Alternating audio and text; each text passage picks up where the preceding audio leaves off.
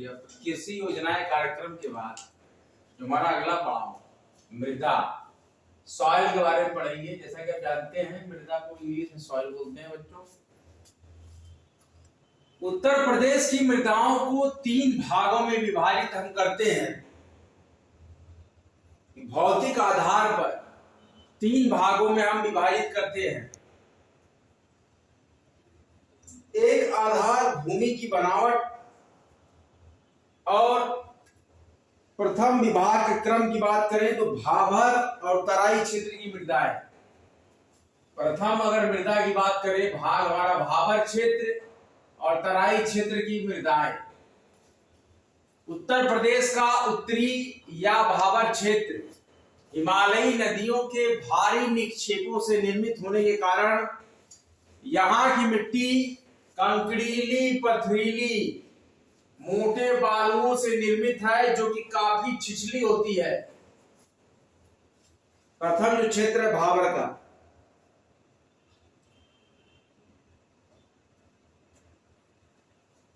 जल नीचे चला जाता है इस प्रकार की मिट्टी में। छिछली होने के कारण सारा पानी इस मिट्टी में नीचे चला जाता है। कृषि कार्य असंभव है। ऐसी मिट्टी में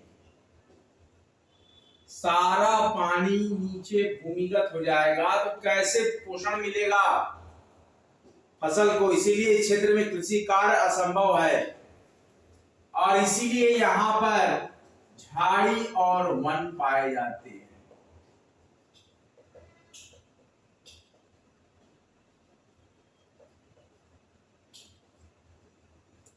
इसीलिए यहां पर झाड़ी और वन पाए जाते हैं। महीन कणों के निक्षेप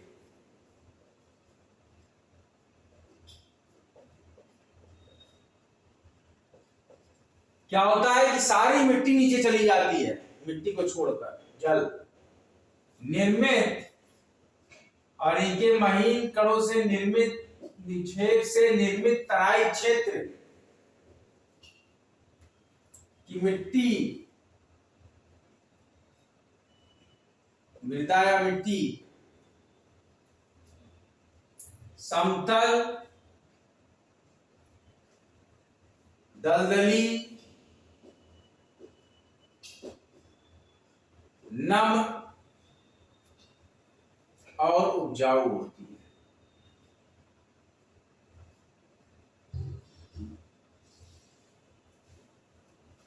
उत्तर प्रदेश की 3 भौतिक विभागों में विभाजित किया गया है मृदाओं को। इसका एक आधार भूमि की बनावट के आधार पर भी रखा गया है। प्रदेश की मृदा का अध्ययन हम जब करेंगे उत्तर प्रदेश की तो भाभर और तराई क्षेत्र की मृदा में प्रदेश का उत्तरी या भाभर क्षेत्र हिमालयी नदियों के भारी निक्षेपों से निर्मित होने के कारण यहाँ की मिट्टी कंकड़ीली पथरीली मोटे बालुओं से निर्मित होती है जो कि काफी छिछली होती है। इसमें जल नीचे की तरफ चला जाता है जिसमें कृषि का कार्य करना असंभव हो जाता है। कृषि कार्य असंभव है। यहाँ झाड़ियां और वन पाए जाते हैं। महीन कणों के निक्षेप निर्मित तराई क्षेत्र की मृदा समतल दलदली नम और उपजाऊ तराई क्षेत्र। दूसरा हमारे पास है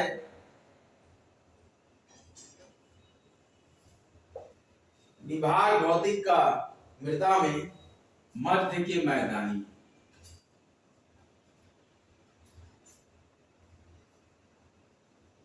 क्षेत्र की मृदा। मध्य के मैदानी क्षेत्र की मृदा। इन क्षेत्र की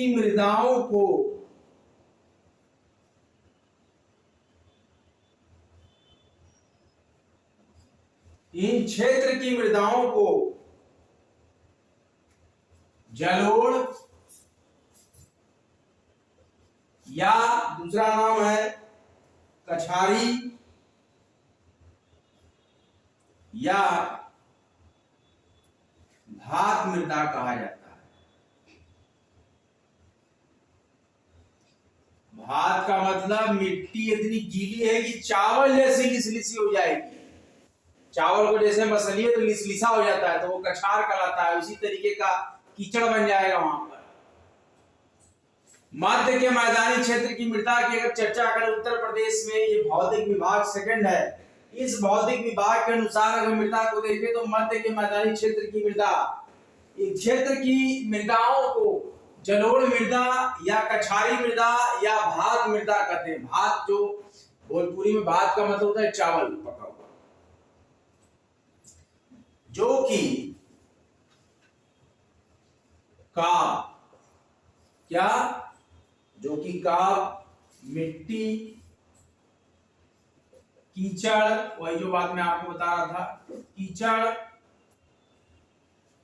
एवं बालू से निर्मित है, एवं बालू से निर्मित है। ध्यान से समझिएगा बच्चों,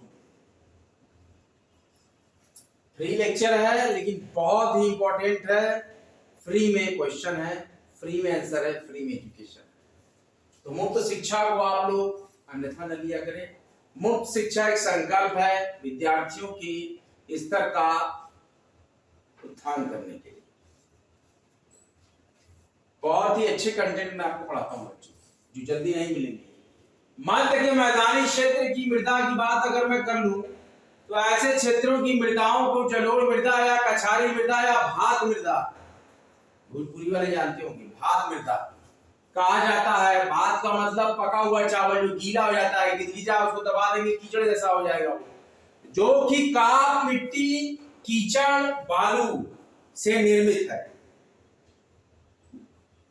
ये मृदा मतलब ये सॉइल जो मिट्टी है बहुत गहरी है,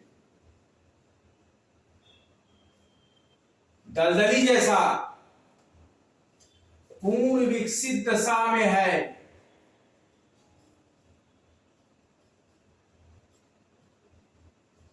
पूर्ण विकसित दशा में है। इस मैदान के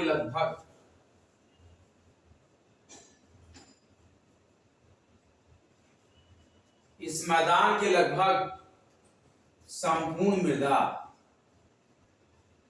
मृदा का मतलब सॉइल, मिट्टी, को दो वर्गों में विभाजित करता हूं मैं। दो वर्गों में विभाजित। पहला खादर, कौन सी मृदा? खादर, या इसका दूसरा नाम है कछारी, या इसका तीसरा नाम है नवीन जलोढ़। ये सब हमको बता चुके हैं। नवीन जलोढ़ मृदा, और दूसरा मृदा कौन सा? इसके सब पार्ट में दूसरा मृदा बांगर या जलोढ़ मृदा।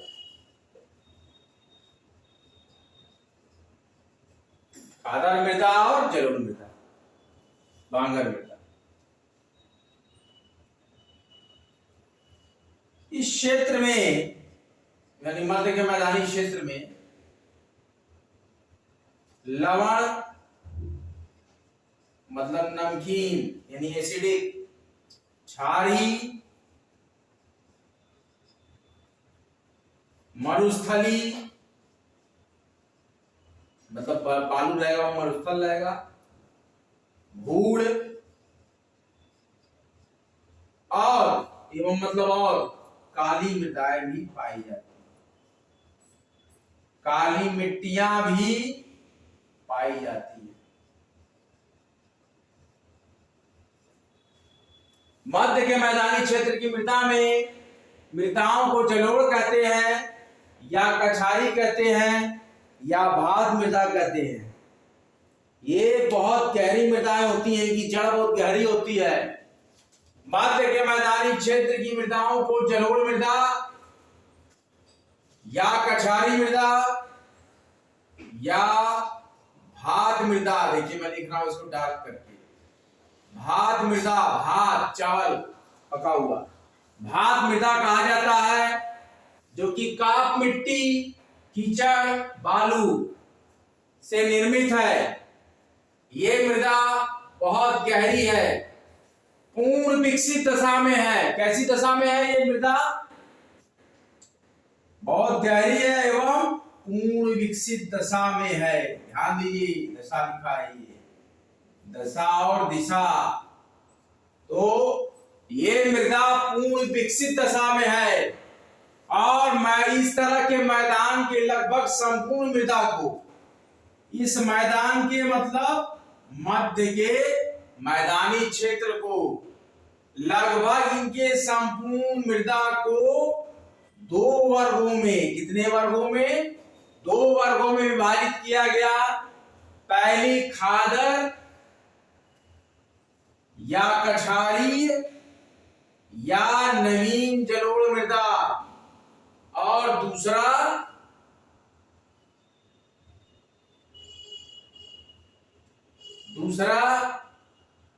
बांगर या जलोढ़ मृदा। इस क्षेत्र में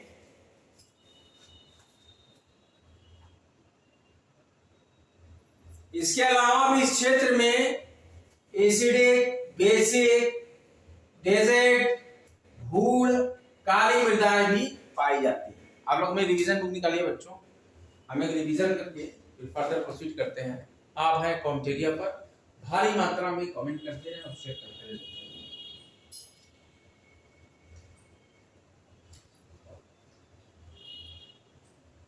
उत्तर प्रदेश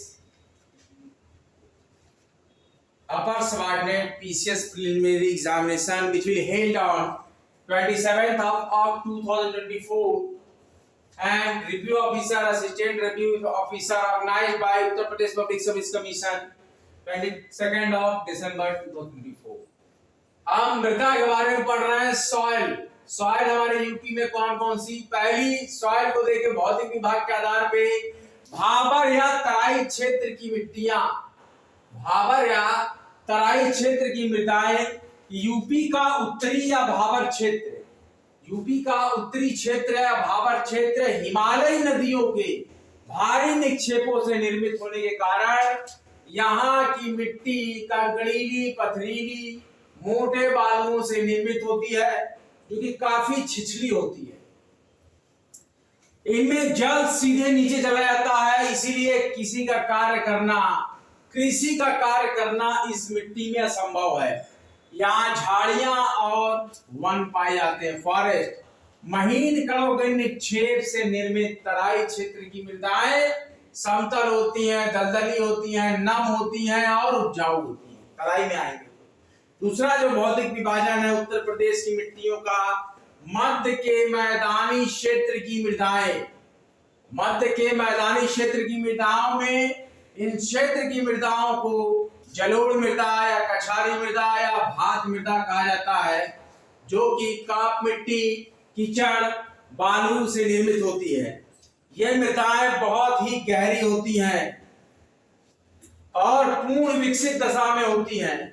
इस मैदान के लगभग संपूर्ण मृदा को दो वर्गों में हम विभाजित करते हैं। पहला वर्ग है खादर या कछारी या नवीन जलोढ़ मृदा, और दूसरा वर्ग है बांगर या जलोढ़ मृदा। इसके अलावा भी इस क्षेत्र में लवणीय मतलब कि एसिडिक, क्षारीय, बेसिक, मरुस्थलीय, डेजर्ट, धूल और काली ब्लैक सॉइल भी पाई जाती है। इसके बाद खादर मृदाओं के बारे में हम पढ़ेंगे। I hope you all note down the previous topic. अब हम अगला टॉपिक इसी में आगे बढ़ाते हैं। इसकी पार्ट पढ़ लें। खादर और बांगर, खादर मृदाओं के बारे में ब्रीफ डिस्कशन, अनेक शॉर्ट रिव्यू लेके रखा था पहले से मृदाओं के बारे में, इस पर की डिटेल ब्रीफ हम यहाँ पर कर रहे हैं। नाउ खादर मृदा, पहली वाली जो मृदा थी, इसमें सब पार्ट जब हमने किया तो इसमें पहली मृदा हमने बताई थी आपको खादर मृदा। खादर मृदा जो मृदा नदियों द्वारा प्रत्येक बाढ़ के साथ परिवर्तित होती रहती है, उसे खादर मृदा कहते हैं। नदियों द्वारा प्रत्येक बाण के साथ, नदियों द्वारा प्रत्येक बाण के साथ परिवर्तित होती रहती है। उस मृदा को परिवर्तित होती रहने वाली मृदा को, मिट्टी को क्या कहते हैं? खादर। या इसका एक नाम और है, ऑब्लिक लगा देते हैं, कछारी। या इसका एक नाम, कछारा आपने सुना होगा। या इसका एक नाम और है नवीन जलोढ़। ये तीनों हमने आपको भी बताया, इसी को हम ब्रीफ में पढ़ रहे हैं, नवीन जलोढ़। आप देखिए, ये मिट्टी हल्के भूरे, ये कलर के बारे में इसकी स्पेसिफिसिटी, ये मिट्टी हल्के भूरे रंग की, क्षेत्रयुक्त, इसमें छिद्र होती है, जालिका होती है, दिखता है, इसमें छिद्र होता है, महीन कणों। ये मिट्टी हल्के भूरे रंग की, छिद्रयुक्त, महीन कणों वाली तथा बांगर की अपेक्षा, अब कंपैरिजन कर रहे हैं, बांगर की अपेक्षा अधिक जल धारण करने वाली, अधिक जल धारण करने की क्षमता वाली होती है। करने की क्षमता मतलब कैपेसिटी, जो उसकी पावर है, वाली होती है। क्या है? खादर मृदा के बारे में चर्चा करेंगे। तो नदियों द्वारा प्रत्येक बाण के साथ परिवर्तित होते रहने वाली मृदा को खादर या कछारी या नवीन जलोढ़ मृदा कहते हैं। ये मृदा हल्के भूरे, छिद्रयुक्त, महीन कणों वाली और बांगर की अपेक्षा अधिक जल धारण करने की क्षमता वाली होती है। ज्यादा जल धारण करेगी, बांगर कम जल धारण करेगा और खादर ज्यादा जल धारण करेगा। इस मृदा में चूना मतलब लाइम, पोटास, मैग्नीशियम, Mg का फार्मूला है, तथा जैव तत्वों की मात्रा अधिक होती है, इसीलिए ज्यादा उपजाऊ होती है। खादर मृदा में चूना, पोटास, मैग्नीशियम और जैव तत्वों की मात्रा अधिक होती है।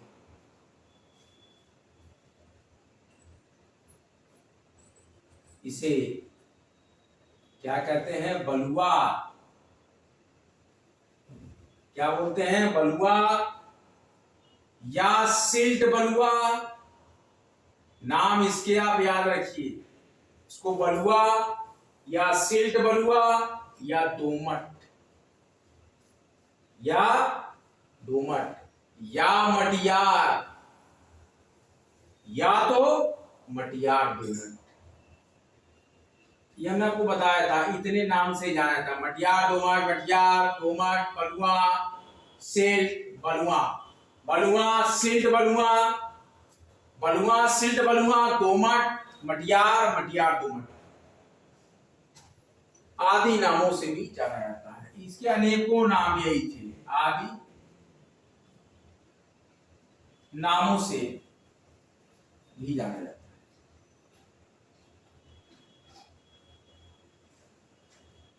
क्या कहानी है? जब खादर मृदा के बारे में बात करेंगे, मृदा हमने बताई थी उसके दो पार्ट, मध्य मैदानी क्षेत्र की मृदाएं में खादर और बांगर। तो खादर मृदा पे देख लो बच्चों कि खादर मृदा होती है कि नदियों द्वारा प्रत्येक बाण के साथ परिवर्तित होते रहने वाली मृदा को खादर या कछारी या नवीन जलोढ़ मृदा कहते हैं। ऐसी मृदा हल्के भूरे रंग की, छिद्रयुक्त, महीन कणों वाली और बांगर मृदा की अपेक्षा अधिक जल धारण करने की क्षमता वाली होती है। और खादर मृदा में चूना, पोटास, मैग्नीशियम, जैव तत्वों की मात्रा अधिक होती है। इसे बलुआ मिट्टी सिल्ट बलुआ मिट्टी, दोमट मिट्टी, मटियार मिट्टी, मटियार दोमट मिट्टी आदि नामों से भी जाना जाता है। कितने नामों से जाना जाता है? ध्यान दीजिए, बलुआ, सिल्ट बलुआ, दोमट, मटियार, मटियार दोमट इत्यादि नामों से भी जाना जाता है। आज का लेक्चर आप लोग जरूर एंजॉय किया होगा। तो ये इसकी कहानी थी। आगे बढ़ते हैं। इनकी उर्वरा शक्ति अधिक होती है। इनकी जो फर्टिलिटी टाइम है, उर्वरा शक्ति पावर जो है, उपजाऊ है ये, इनकी उर्वरा शक्ति अधिक होती है और इनकी उर्वरा शक्ति अधिक होती है और खाद देने की आवश्यकता नहीं पड़ती। इन मिट्टी में खाद देने की उर्वरा है तो इनको खाद देने की आवश्यकता नहीं पड़ती है। इस मिट्टी में खाद देने की कोई जरूरत नहीं है। क्या है कि खादर मिट्टियों की उर्वरा शक्ति अधिक होने के कारण खादर मिट्टी में खाद देने की आवश्यकता नहीं पड़ती है। दूसरी जो मृदा है हमारे पास, बांगर मृदा, इसको कि हम कल पढ़ेंगे। आज का लेक्चर यहीं तक बच्चों। लेक्चर को भारी मात्रा में